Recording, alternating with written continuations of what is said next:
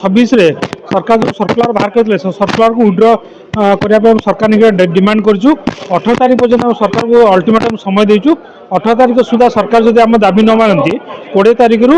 all Odisha contractor मिलित मंच जो तीन एसोसिएशन भाव जॉइंटली गोटे मिलित मंच कर इलेक्ट्रिकल सिविल एंड पीएचडी आंदोलन 20 तारीख आम आंदोलन को जीवु प्राय 20,000 कंट्राक्टर भुवनेश्वर एकाठी हे एवं अनिर्दिष्ट काल पर्यटन आम कार्यबंद आंदोलन करूँ ना ना जहाँ दाबी थी से दाबी इलेक्ट्रिकल डिविजन गोटे सिविल डिविजन डिपार्टमेंट आ गोटे हूँ पीएच डिपार्टमेंट एगुड़ा सब आम जिते कंट्राक्टर भाई मैंने अच्छा विभिन्न आमर ऑर्गेनाइजेशन समस्ते एकजुट ही गोटे मिलित मंच कर all Odisha contractor welfare association अच्छी ऑल ओडिशा कंट्राक्टर एसोसिएशन अच्छी all Odisha electrical contractor association भी अच्छी तेणु आम विभिन्न दाबी विषय सरकार एवं गोटे 8 दफा दाबी आमर अच्छी सेटा भी सरकार को आमको जनईचु से 18 तारीख भितर जदि से फाइनाल न कले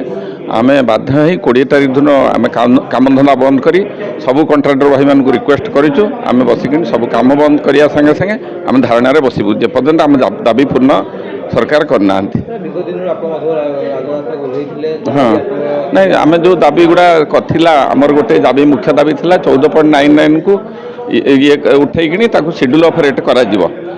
शेड्यूल ऑफ रेट भितर टेंडर पड़ो ता भर डिसाइड हम किंतु सरकार तक उल्टा करदे से गोटे अनलिमिटेड करदे माने जी जिते काटी पार आ द्वारा कमर मान ठीक रही विभिन्न प्रकार दाबी अच्छी सरकार पाखे